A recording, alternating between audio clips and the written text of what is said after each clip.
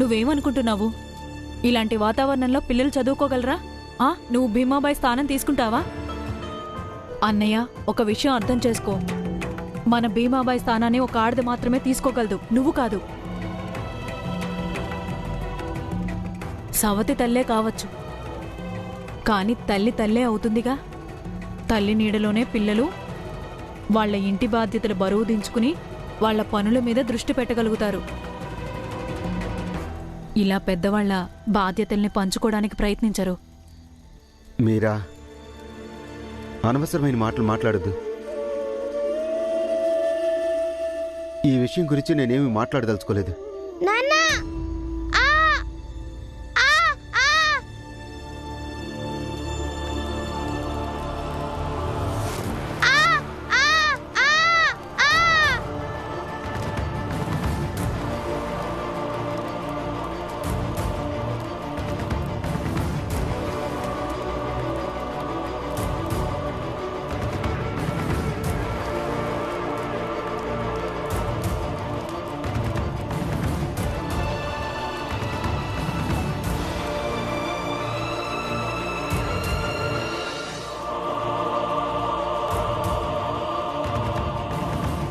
తొందరగా తీసుకురా, తొందరగా.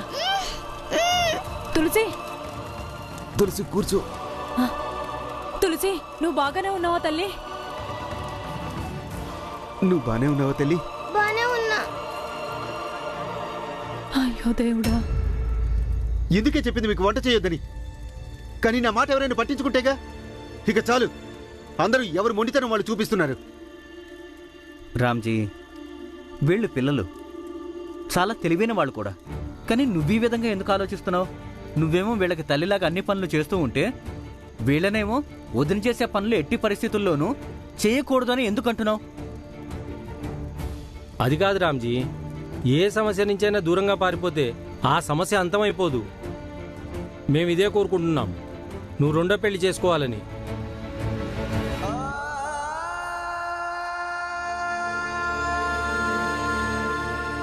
మాకు వీలైనంత వరకు ఇలాగే ఉంటూ బతకడం నేర్చుకుంటాము. భీమ్రావ్, మేమెంతమందిమి ఇదే కోరుకుంటున్నాం. అందరం తప్పయ్యే అవకాశం లేదుగా. భీంబాబు, నువ్వు కాసేపు వ్యక్తిగత ఇష్టాయిష్టాలని పక్కన పెట్టి ఆలోచించు. మేము మంచి చెప్తున్నామో తప్పు చెప్తున్నామో అర్థమవుతుంది. ఎందుకంటే ఈరోజు తులసికేమీ కాకుండా తప్పించుకుంది, కానీ ప్రతిసారి తనకేమీ కాకుండా ఉంటుంది అని నువ్వు భరోసా ఇవ్వగలవా?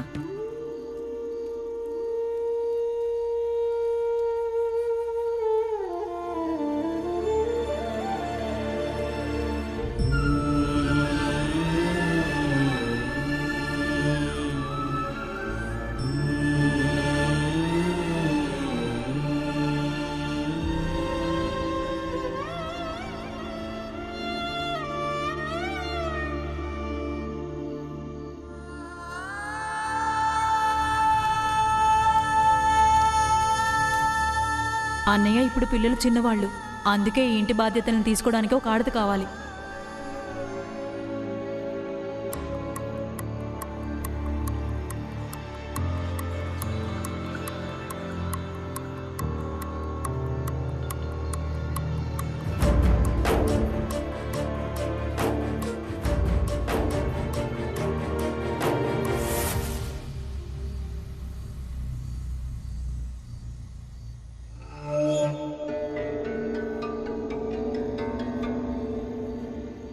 ఆడదాని స్వభావమే అలాంటిది.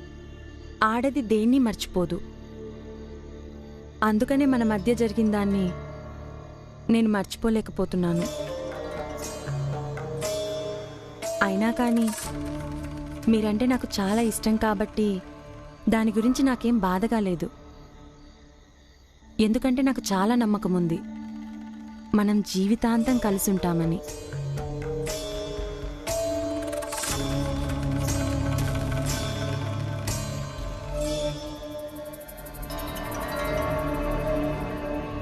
చూడండి, నేను చాలా బాధలో ఉన్నాను. అంతా అయోమయంగా ఉంది.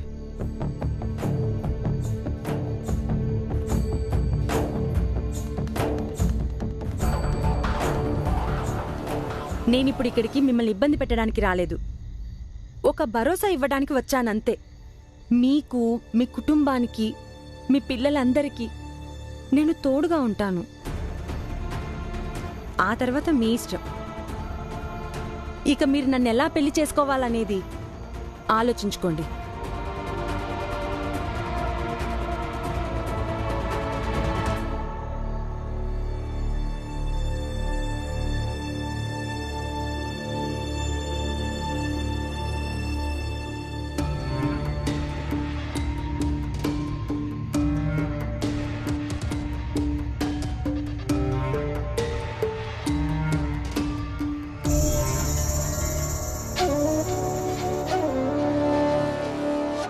చూడు భీమ్, అత్త మంచిగా చెప్తుంది.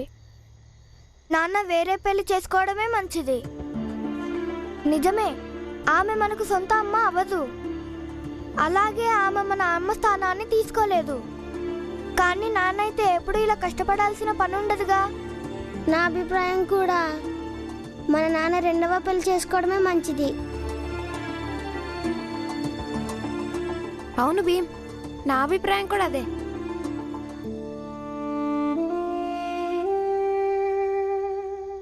చూడు భీమ్, నా మాట విను. మన అమ్మ కూడా ఇదే కోరుకుందిగా, నాన్న రెండో పెళ్లి చేసుకోవాలని. అయినా నాన్న ఒక్కడు ఎంతకాలమని ఇలా కష్టపడుతూ ఉంటాడు? పగలంతా ఉద్యోగం, అదే ఇంటికి వచ్చిన తర్వాత ఇంట్లో పనులన్నీ చేస్తున్నాడు. నాన్న ఒక్కడే ఇన్ని బాధ్యతలు ఎలా చూసుకుంటాడు?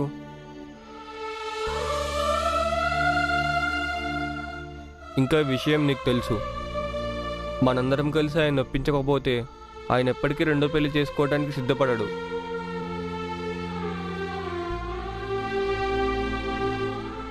అందుకే ఇప్పుడు మనం ఆయన్ని ఒప్పించాల్సి ఉంటుంది.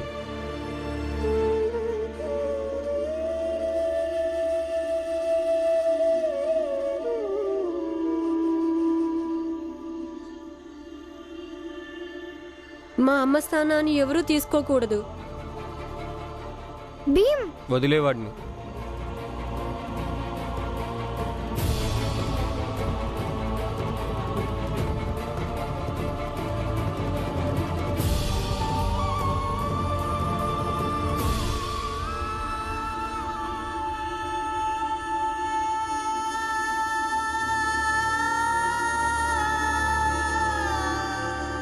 అన్నయ్య,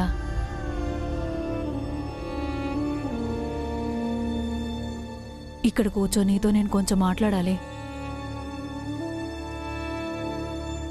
నీకు గుర్తుందా, మనం చిన్నప్పుడు ఎప్పుడైనా గొడవ పడితే అప్పుడు ఇలాగే కూర్చుని మాట్లాడుకుని సమస్యని పరిష్కరించుకునేవాళ్ళం. ఈరోజు కూడా మనం కూర్చుని మాట్లాడుకుని సమస్యని పరిష్కరించుకోవచ్చు. కూర్చో అన్నయ్య.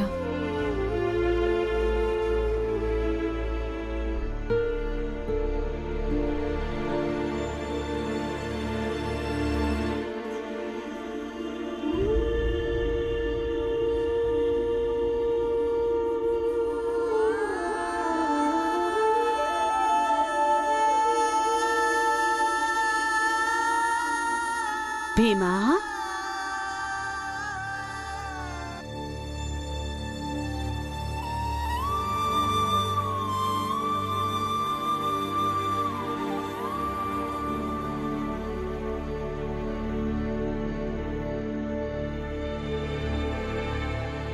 అమ్మా, నువ్వెందుకు అడిగావు నాన్నని రెండో పెళ్లి చేసుకోమని?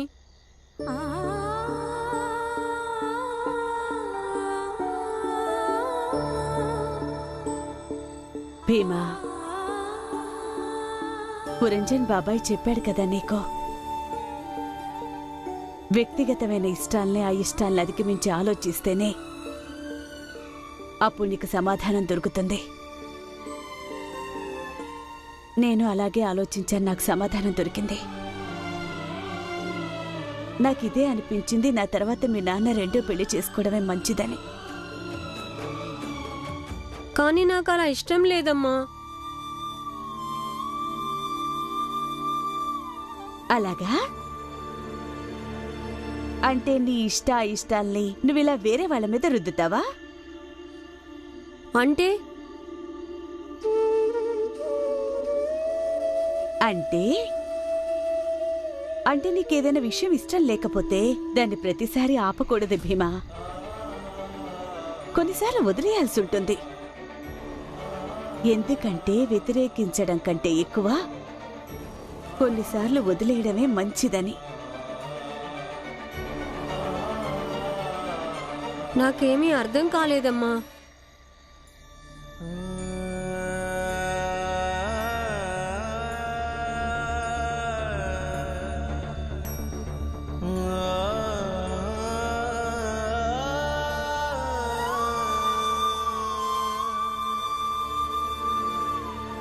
అన్నయ్య,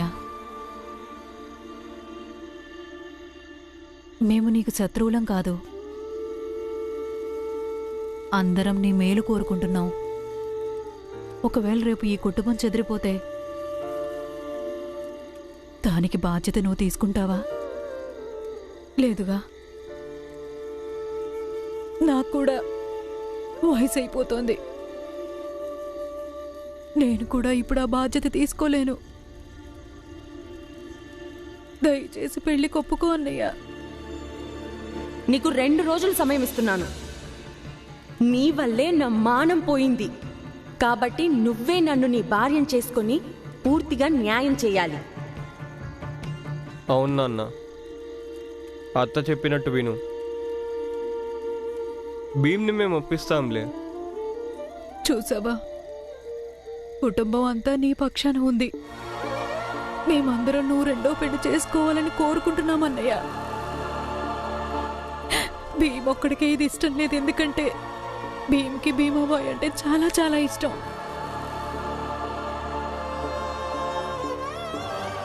ఒప్పుకో అన్నయ్య. అవునా?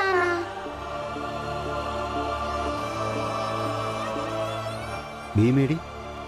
ఎక్కడికో బయటికి వెళ్ళాడు.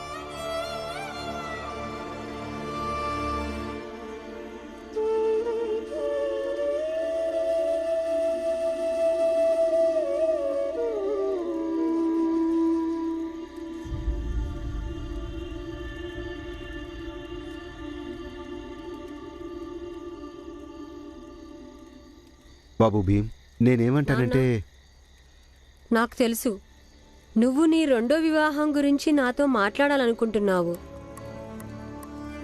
కానీ నేను ఏమనుకుంటున్నానంటే ఇది కేవలం నీ వ్యక్తిగత విషయం. అందుకని నా అభిప్రాయం కన్నా ఎక్కువ ముఖ్యం నువ్వు ఏం కోరుకుంటున్నావో, ఇంకా ఏం జరిగితే అన్నిటికన్నా మంచిదో అని. ఇంట్లో అందరూ ఒప్పుకున్నట్టేనా?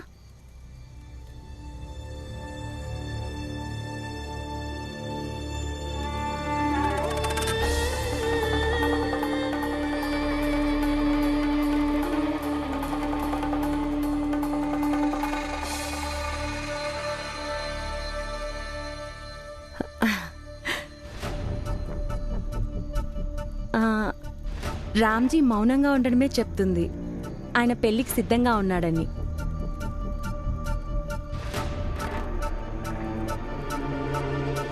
ఇంకా నేను కూడా సిద్ధంగా ఉన్నాను.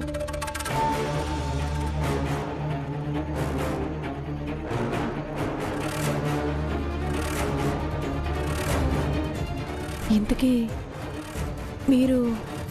మీరు కాదు, నువ్వు అనండి. ఎందుకంటే పెళ్ళైన తర్వాత ఈ ఇంట్లో మీకన్నా చిన్నదాన్నే అవుతాను నేను.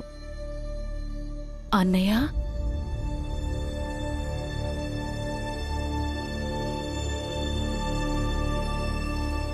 మీరందరూ ఇదే కోరుకున్నారుగా?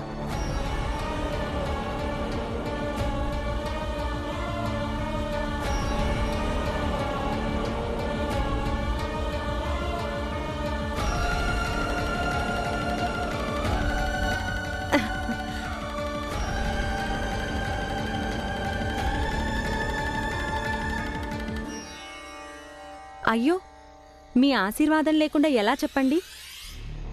మీరు నన్ను ఆశీర్వదించండి. నేను ఈ ఇంటికి కాబోయే ఇల్లాల్ని, ఇంకా ఈ పిల్లలకి అమ్మని అవ్వాలని.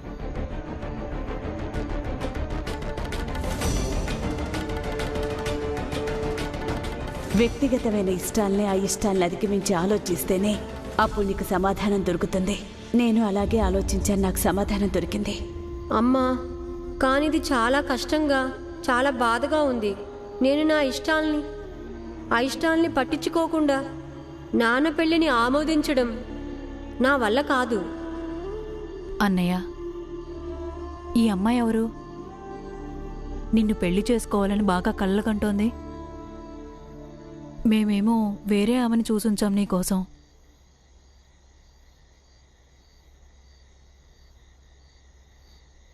నేనిప్పుడు పెళ్లి చేసుకోవడానికి సిద్ధపడ్డానుగా, ఇది చాలదా ఏంటి?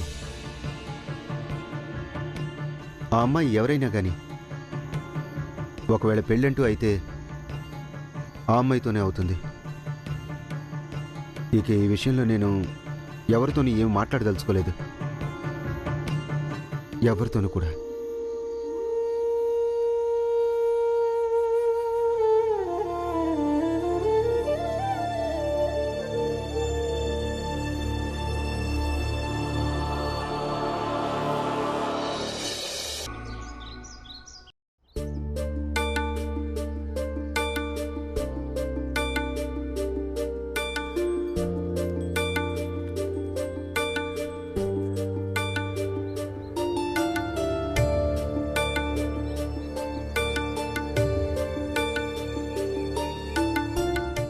నువ్వు తీసుకున్నావా?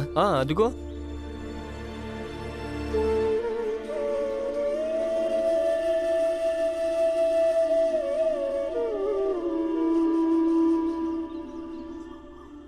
రామ్జీ,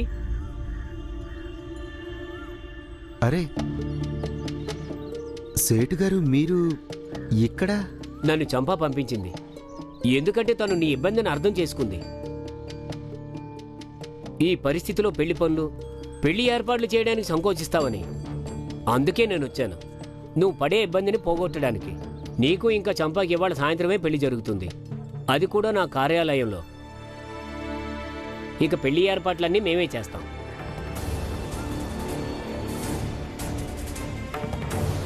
ఇది నాకు ఒక మంచి అవకాశం. నేను నీకు, నీ కుటుంబానికి పనికొస్తున్నాను.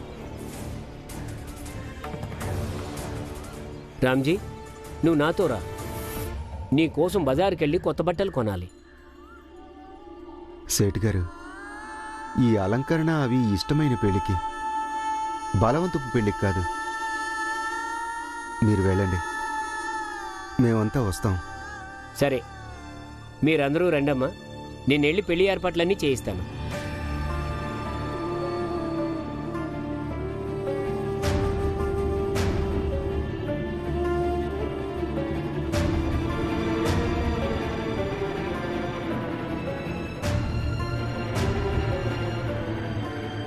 సరే, మీరందరూ టీ తాగి ఆ గ్లాసుల్ని పాత్రలు కడిగే చోట పెట్టండి.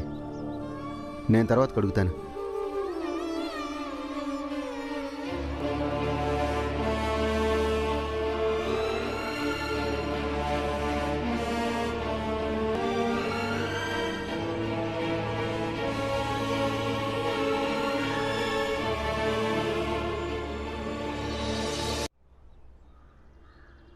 ఏమైందక్క?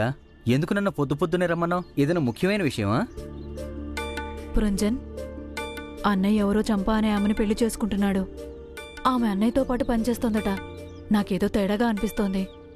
అది సరే అక్క, కానీ నువ్వు రామ్జీతో మాట్లాడావా జీజాబాయి గురించి? నేను మాట్లాడతాను. లేదు, తనతో ఇప్పుడేం మాట్లాడద్దు. కానీ అక్క, పెళ్ళెప్పుడు? పెళ్లి ఈ రోజు సాయంత్రం. ఏంటి? అక్కడ సేటు, ఆ స్వామీజీ జీజాబాయి వాళ్ళ నాన్నని కొట్టి బెదిరించారంట రామ్జీని పెళ్లి చేసుకోవద్దని. కానీ అక్క, నిన్న రాత్రి రామ్జీ జీజాబాయిని రౌడీల నుంచి కాపాడాడు. అప్పటి నుంచి జీజాబాయి ఒకటే మాట, ఒకవేళ మళ్ళీ నేను నా జీవితాన్ని మొదలు పెడితే అది కేవలం రామ్జీతోనే అని.